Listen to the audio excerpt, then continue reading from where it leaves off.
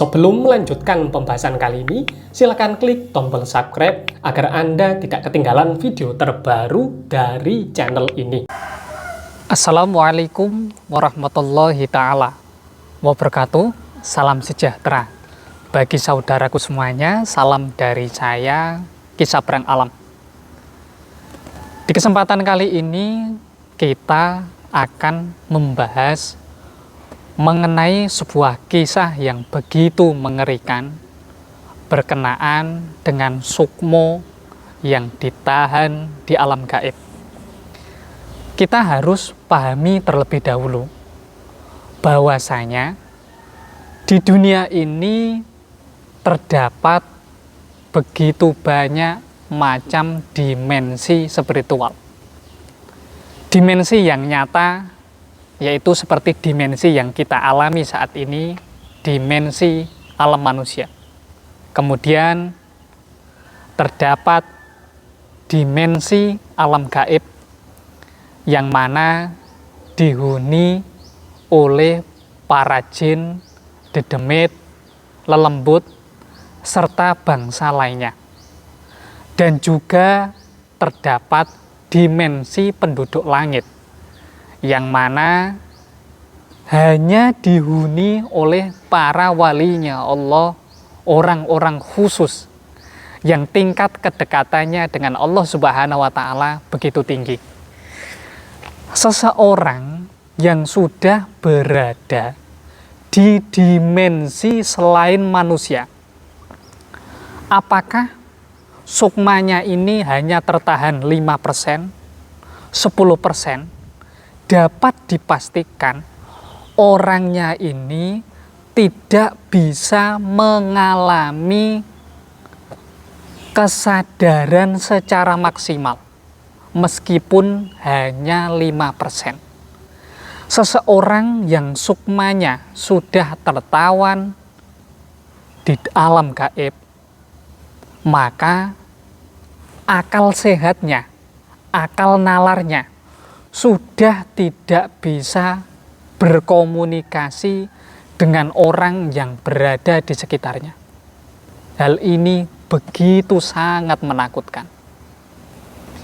Saya pribadi pernah mengalami sebuah gejolak spiritual di mana hanya sebagian berapa persen dari sukma saya ini terseret di dunia gaib. Pada waktu itu saya tidak mampu merasakan akan kesadaran secara maksimal. Yang saya ingat hanya sebuah ketakutan, kegelisahan, dan semua hal yang begitu menakutkan.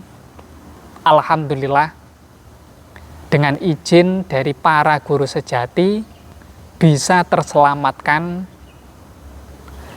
dan bisa kembali ke alam nyata. Maka dari hal tersebut, saya ingin memberikan penggambaran spiritual.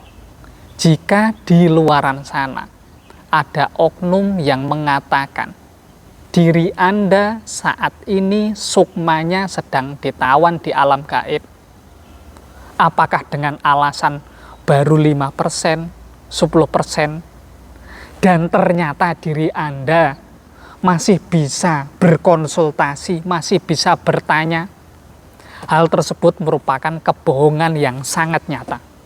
Saya pribadi pernah mengalami sebagian sukma saya ditawan di alam gaib. Saya tidak bisa merasakan akan ketenangan batin sama sekali. Saya tidak bisa merasakan alam kesadaran saya, alam bawah sadar saya. Tidak bisa merespon akan dunia nyata ini. Dan hal tersebut juga dialami oleh saudara saya yang berada di daerah Banyumas. Saya ajak komunikasi tidak bisa, saya ajak ngobrol tidak bisa. Maka dari hal tersebut, bagi Anda yang dibohongi oleh oknum dengan mengatakan sebagian sukmanya ditawan 5%, 10% atau bahkan 1%, kemudian Anda masih bisa tertawa, masih bisa berkomunikasi, masih bisa bermainan handphone, untuk hal-hal lainnya, dapat dipastikan hal tersebut merupakan bagian dari kebohongan. Karena tertawan di dunia gaib merupakan sesuatu hal yang sangat menakutkan. Dan orang yang tertawan di dunia gaib sulit sekali untuk kembali. Maka dari hal tersebut, untuk beberapa saudaraku semuanya, sering-seringlah membaca zikir rotibul hadat, sering-seringlah membaca zikir wiridul latif, sering-seringlah bermunajah kepada Allah Subhanahu wa Ta'ala agar tidak mengalami akan hal ini. Selain itu, seseorang yang senantiasa mendawamkan ketiga amalan tersebut, dirinya akan dijauhkan, akan dihindarkan oleh oknum-oknum yang dalam hal ini malahan merusak ranah spiritual. Mereka melakukan hal yang keji menurut saya. Tega merampok orang-orang dengan dalih, dengan kesesatan bahwasanya Sukma ditawan, padahal mereka ini hanya mengalami khoyali, yang mana proses khoyali tersebut seharusnya mudah untuk disembuhkan, mudah untuk disadarkan.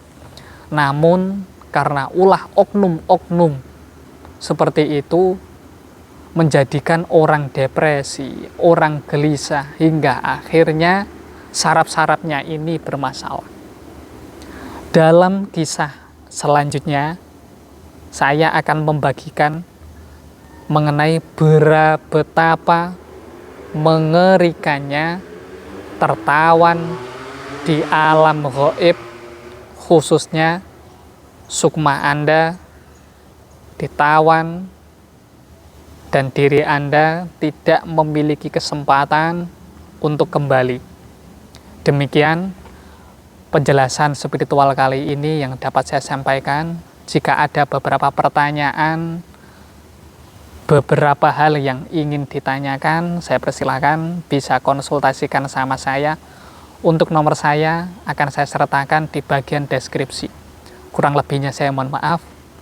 Wassalamualaikum warahmatullahi ta'ala wabarakatuh.